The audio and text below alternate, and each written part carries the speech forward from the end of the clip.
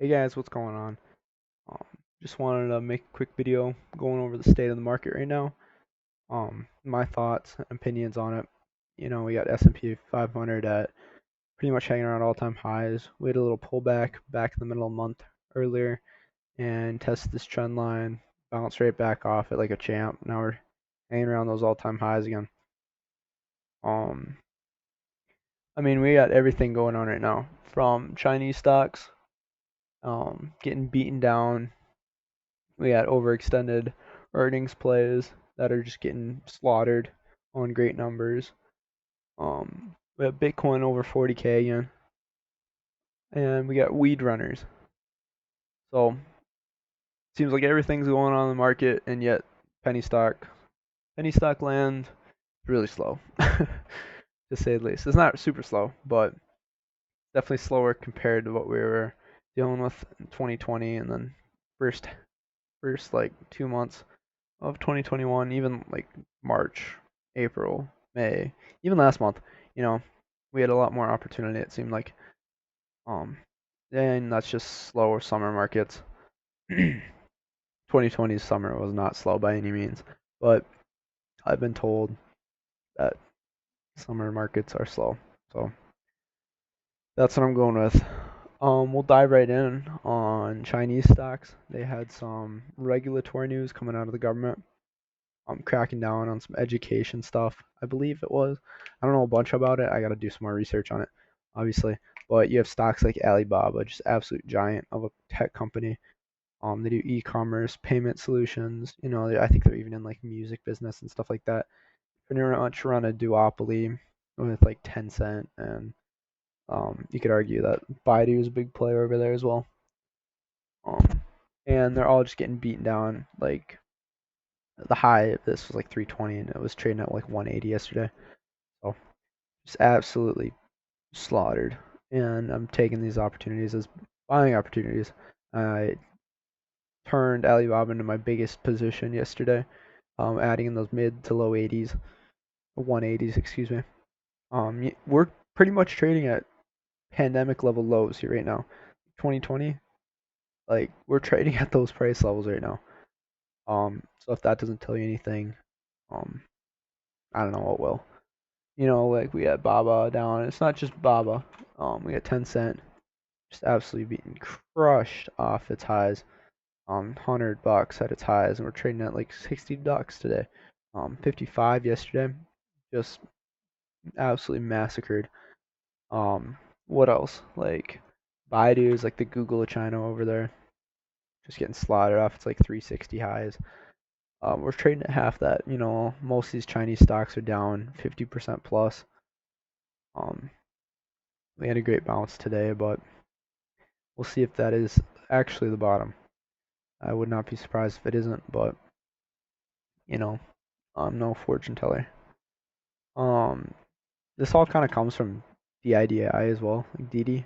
I don't know how you pronounce it. Maybe that's it. This is a Chinese education player that had some sketchy stuff going on. Don't really know exactly what it was. Didn't really care to read out about it. I wasn't really interested in the stock, but bad time to be listed as a Chinese education play. Um, and the company screwed up from what I understand as well. So it's not just bad timing. I don't feel bad for him, but I wouldn't be surprised if this delists within the next few weeks. So yeah, that's pretty much. I guess I'm gonna talk about Neo as well. Neo is a company, that electric vehicle maker of China. Um, that's still beaten down off its highs. It's like $67 stock back in January, and it's trading at 41 today. So I mean, there are some good deals out there.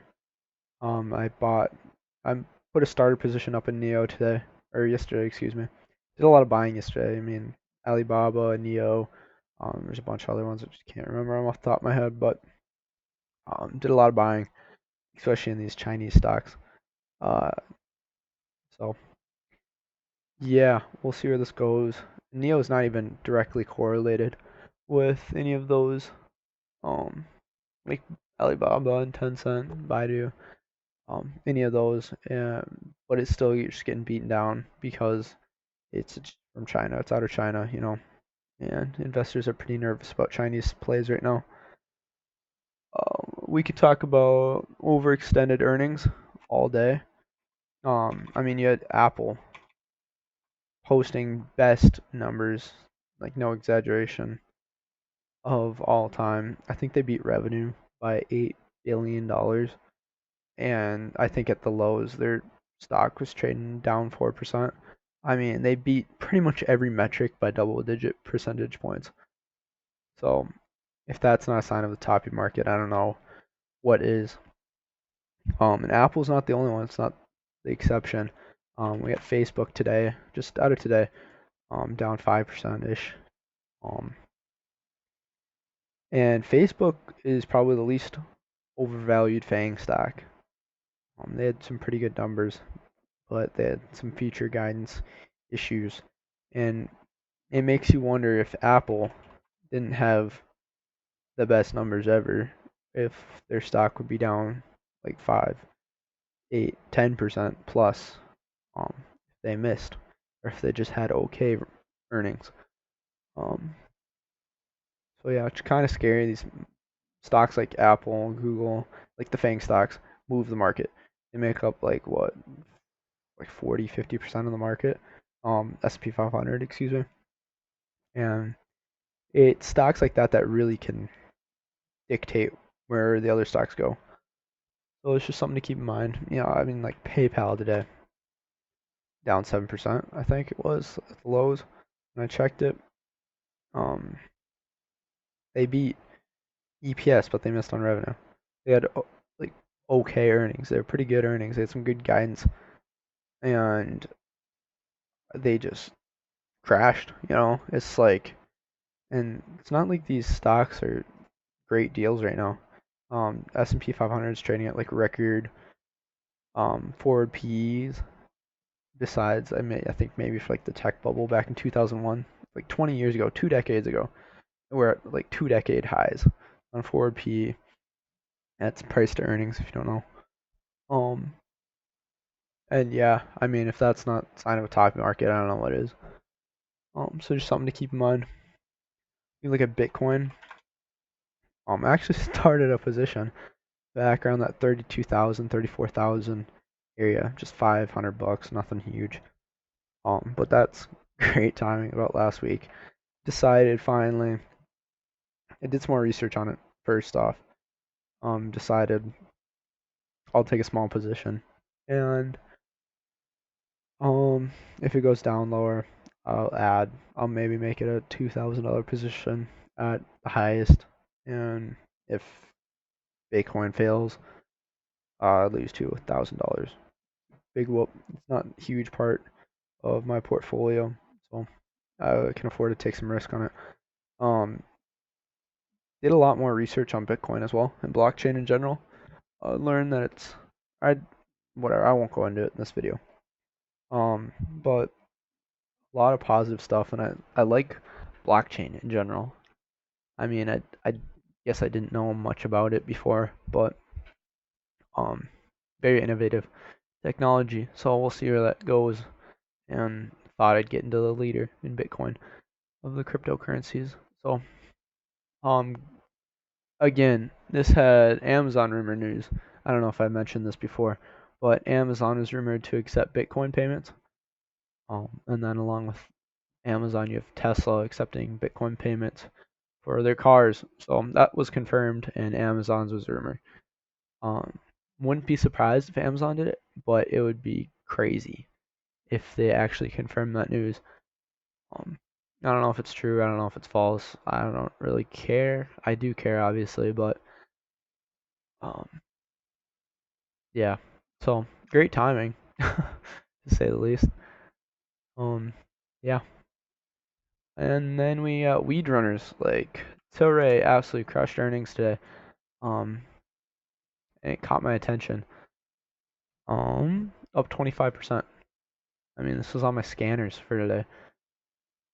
And yeah, I mean, and of course, along with Tilray, this is the biggest market mover pretty much. You got Canopy Growth and Tilray pretty much is the biggest movers. You got Canopy growth moving in sympathy with it after just getting crushed yesterday. These stocks are just getting crushed. But along with Canopy growth, you have Chronos, um, also moving in sympathy. And then we had a few penny stocks in the weed sector that were moving. This is a weed play. Obviously it helped out that Tilray had great earnings the day of. I mean, good timing, great volume, low float stock. Or no, it's not, I guess. 35 million float, which is kind of surprising that it halted. Usually you don't get halts on these medium to the higher float stocks. But yeah, it's a good time to be running. And then along with FLGC, I think we had ERVI maybe? Yeah, Grove. That was also running as another weed runner. Yeah, as a CBD play, I guess it's not technically weed, but it's a newer stock that's got beaten down, but couldn't do much. I would assume this has some bag holders from chasers on the second day of this IPO here. Yeah, this is another like lower float stock, and had a great morning spike, and then couldn't follow up into the midday, late morning. Other than that, penny stocks are pretty much slow. I don't know if I can't remember if I mentioned this already, but it's sort of that nail and bail mindset, especially this summer. I mean, compared to last summer, 2020, we did not. It wasn't a slow summer by any means. And this is pretty much the slowest market I've been a part of so far. I started back in like January 2020. Just perfect time to get started, I guess. I saw so much in 2020. But this is probably the slowest markets I've been a part of, like I just mentioned. We have just a few runners each day. It's not like we have 100% runners, four or five 100% runners each day. And most of these moves are just kind of pathetic, to say the least. You know, you really have to be meticulous and like a sniper when you trade these things. BTBT is probably the best out of the bunch today, in my opinion. I mean, it wasn't the biggest percent gainer by any means, but it was a Bitcoin play, low float, under 5 million. I think it was an earnings winner as well. Can't remember why this was running. It doesn't matter. 3-day surge pattern. You know, you had record volume pushing up, beating down stock. But you do have overhead resistance, some resistance over here. Bag holders. But you get that first green day, held up pretty nice. Gap down, consolidation, then another green day. It's that classic 3rd day surge. And I'll be looking to trade this as a breakout over this 950 level tomorrow. Yeah, it's Wednesday today. So ideally this thing consolidates another day and then squeezes shorts heading into Friday, or Friday, ideally. That's what I'm looking for, but if it doesn't happen, it doesn't happen. So yeah, that's pretty much all I wanted to cover. Just a quick video, state of the market. If you guys make it this far in the videos, don't hesitate to leave a like. It really helps me get my videos out to more people. Helps me grow the channel and helps me network a little bit more. Get to know traders who are pretty much at the same journey, the same part of the journey as me. Almost, or pretty much a little over a year and a half into this. And I'm interested in connecting with more people who are along the same timeline as me. So yeah, if you wouldn't mind leaving a like, it helps me out, especially if you get some value out of these videos. And yeah, that's pretty much all I wanted to cover in this video. Thanks guys for watching, and I'll catch you next time.